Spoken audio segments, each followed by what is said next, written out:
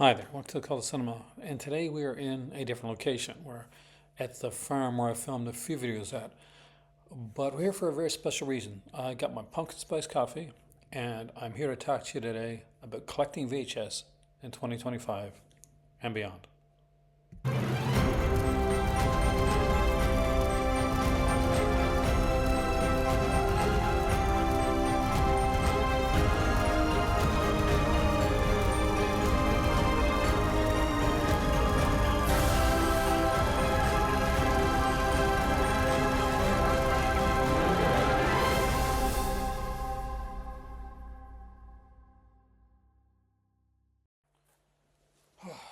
So, just give me a second.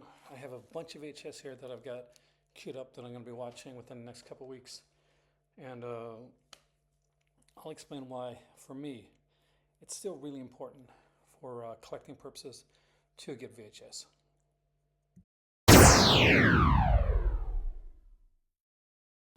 If you've noticed recently, we've seen in stores that there's been more VHS, whether it's a Terrifier 2 release or there's a Aliens Romulus, I think, got a release on VHS.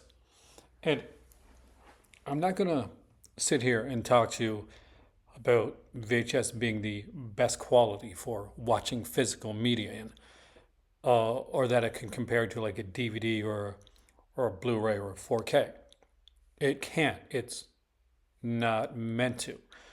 But it's, for a lot of people, the primary source of physical media that they started watching films on.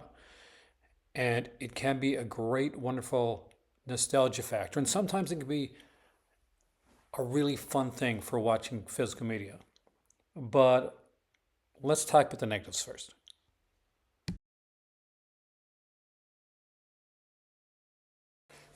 So I'm going to need coffee for this.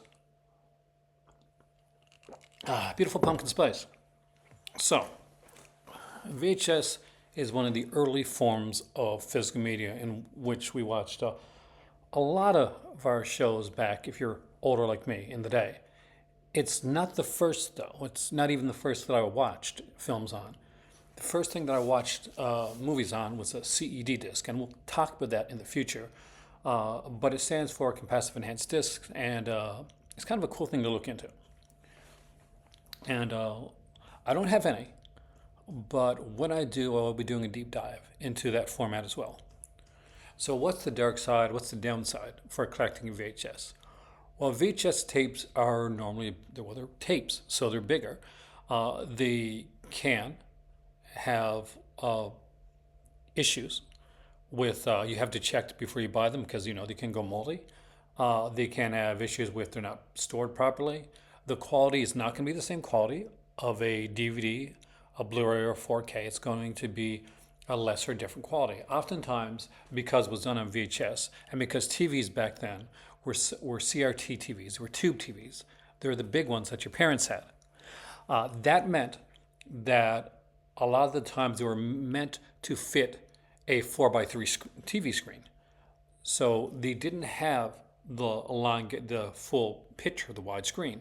So often what they would do was they would either cut off both sides of the picture, so you would be seeing a cut down like picture, or in later years what they would do was something called pan and scan, in which they would have the camera kind of scan across when you're watching it, it would scan across the picture frame, as opposed to cutting it off. You'd see things kind of zoom across, and you kind of got used to it. You didn't really notice as much as was happening, but I'm sure if you've never seen it before and you're watching it, it's going to be a bit jarring. The other thing is that as a VHS can be shown on a new TV 100%, but they do work best, and you do get better picture if the TV is a bit older. I do prefer to watch VHS on a CRT TV set with a VCR hooked up to there. And that's the thing. Another thing, you're going to need a VCR, and VCRs have long been out of people aren't really making many VCRs anymore. When those are the basic negatives when it comes to VHS, with a lower picture quality, a lack of a physical being made anymore for you to play them on, and the fact that they take up more storage space, why should you collect VHS? Let's look at that.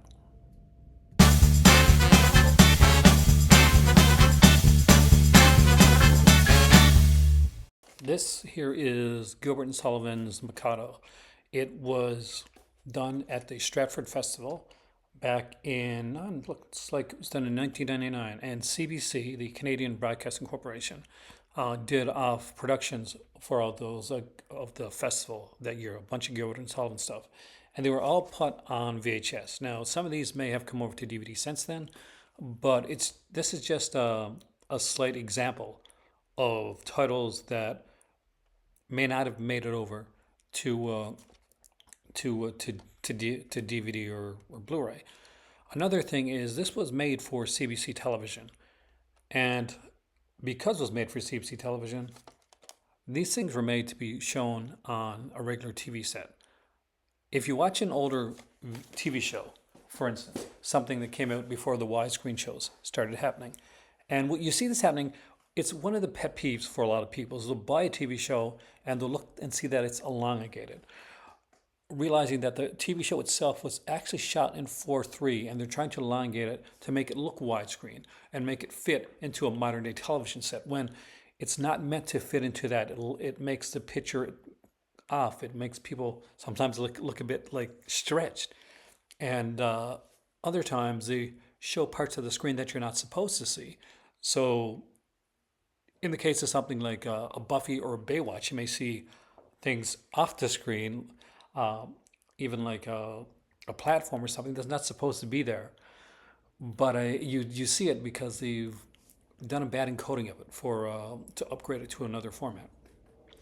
I find that for certain things, I prefer to watch them the way that they are. More recently, I watched Knots Landing Season 2 on DVD at my house. And I noticed right away that the picture was not the pristine, clear quality of the Blu-ray that I would have had if they'd gone and remastered it and redone it. But it was exactly the way I remembered it. It's the way that it was when I watched it on TV. And one of my issues with some modern remasterings of television specifically is that I'm starting to notice that we're getting revisionist history where things are not the way that we saw them. People talk so much about 4K and how they want 4K to give you that theater experience to make it look as close to and as much as the director's vision as it possibly can be, as close to the way the picture in that theater experience was. But on the flip side of that, nobody talks about the earlier like shows and stuff that were done in a specific way that are being remastered and shined up, and at some points, and it's a pet peeve of mine actually, that they're looking in a way that they never looked when I initially watched them in the first place, because the technology wasn't there, or just because it just wasn't, you weren't able to see that type of picture on a 27-inch or a 13-inch, in my case, in my bedroom, television set. We're losing a lot of the experience of watching something. We're trying so hard to see something in a way that it wasn't seen before that we sometimes lose that nostalgia factor of how it originally and how it did look. For generations that watch some of the programs that I watch, they're going to see it looking absolutely amazing and stunning, but it's not the way that it looked when I watched it on TV, not remotely. Another thing is, I think for me, there is that nostalgia factor in the collecting of it, and that has to be something that has to be spoken about. I do like watching certain things in certain formats. For a newer film or something like that, I often love to watch that in the new format. That being said, would I pick up a Terrifier 2 VHS? Yes, because I think that if anything looks and really works well in the VHS format, it is the horror genre. Horror and television are the two big ones for me. Now, the thing is with a lot of that stuff, with a lot of the horror and stuff like that. It just gives that creepier, especially if it's like one of those, if it's a Last House on the Left or Friday the 13th or Nightmare on Elm Street, something like that, because it gives a really different, unique kind of eerie under this crawling under the skin type of feel to it because it doesn't look perfect. It's almost like you found something that you're not supposed to find, that you're seeing something that you're not supposed to be watching. And I think that's initially why movies like Cannibal Holocaust and that ilk of film did so well, and why I think that the Blair Witch Project probably works best watching it on an old VHS tape as opposed to a new 4K. Because it looks like you found a tape. Blair Witch, it really is. Like, and I know there's a great release out there, and I'll probably pick it up because I interested in it. But if I can find Blair Witch on VHS, well, I picked it up 100% because Blair Witch is really it's a bit of film that people find a VHS tape of like people that are supposedly they're gone, they're lost, something happened to these people, and in on a VHS, it's not clear, it's not pristine, it doesn't look perfect, but it gives it a more realistic and creepier feel to it. I really think The Ring can have benefit from that as well. So overall, that's why I think that VHS works now. Now, it's not for everybody. A lot of people like never grew up with VHS, and some people that didn't want to go back and watch them so that they can get that feeling that their parents or their grandparents had watching films back then in that format, which is fantastic. And there's so many cinephiles out there that want to get that purity of it. And for me, TV is another thing. I mentioned before, and I'll say it again. A lot of the the reason I don't buy a lot of the older TV shows on Blu-ray, and I'll pick up a lot of stuff on DVD right here. You can't see a lot of it right here, but I've got a ton of TV shows on DVD here. Older things like Hercules, the Legendary Journeys, because the format fits, and when the format fits the style, that's what works for me. Last but not least, price. You can buy VHS and get a decent VHS collection at your local Value Village, Salvation Army shop, pawn shop, flea market, boot sale, whatever, usually for very cheap. And it's a really nice way to get a little collection. And honestly, remember when I mentioned like they don't make VCRs anymore? Well, they really don't, at least not that I'm aware of. But you can go to almost any place and pick up a VCR for like $5 or under. And not bad at all. There's a big community still. There's documentary upon documentary about people that still collect and watch and love and go for VHS. And I do love VHS, and I think it is a great format. It may not be for everybody to collect, but I think that there's enough of it out there that it deserves to be looked at. If you like horror and you want this kind of raw, like creepy feeling, VHS does often give that to a lot of horror films. If you want to see some things in the way that they were originally presented, VHS can often do that. If you want to get a good little collection of films for a decent price, you can get that with the VHS format. Like I said, it's not for everybody, but the people that it's for enjoy it, and they enjoy it a lot. There we go. Just a little short video on VHS from a different location. I really want to drink the pumpkin spice before it gets cold, so I'll see you soon. Have a great day, and thanks for watching. Be sure to like, share, and subscribe. Let me know down in the comment section below if you collect VHS, if you know what CEDs are, and if you have any, and if you have your reason for or for not collecting VHS, and if you have any, do you have any favorites or any VHS you think that people should know about or should be aware of that may not have made it? Because the other thing that I didn't mention, I'll put it in here at the end, is that every time that there's a change in format, certain movies do not make it over to that next format. There's movies that are on VHS that have never made the DVD, that have never made the Blu-ray, that have never made it elsewhere. And that's another reason. See you soon. Oh, God. Subscription sloth here. Just want to remind you that I know in the summertime especially, it can be super warm and lazy. But if you're liking this video, make sure to like, share, and subscribe. And if you want to go that step farther and join the Patreon, there's a link for that down below. You can super sticker, super chat, or donate. But above all, just lie back and enjoy the video, because that's what I'm going to do. So you're one of the cool kids that stayed until after the credit sequence, right? I'm going to show you the VHS that I showed at the beginning of the video. Don't worry. And first off are two of the Gilbert and Sullivan ones. This is Mikado, and this is Buyante. If I pronounce that wrong, feel free to let me know. Both of these are, I don't have these open, but I did watch these when they came on CBC, and I definitely want to check them out again. I also had here a TV film, and that is a Bunny's Tale, and it has Kirstie Alley as Gloria Steinem, where she goes in to do this like skating piece on play-by bunnies, and in the clubs at the play-by clubs back in the day, and she learns a bit more about I guess being a bit open-minded too, and not really taking things. Here is Moonraker. Actually, my better half really loves this film. One of the neat things about this one right here is that it has this. I love when these open up. I had a bunch of these. Still have a couple, and I'll show you a couple here. But some of these got damaged in a basement. Here's Blade Runner, the director's cut. Although I do have like a Blu-ray, and I think I got a 4K of this as well. I did initially watch this on VHS back in the day, and sometimes I get the feels of wanting to watch something the way I originally saw it.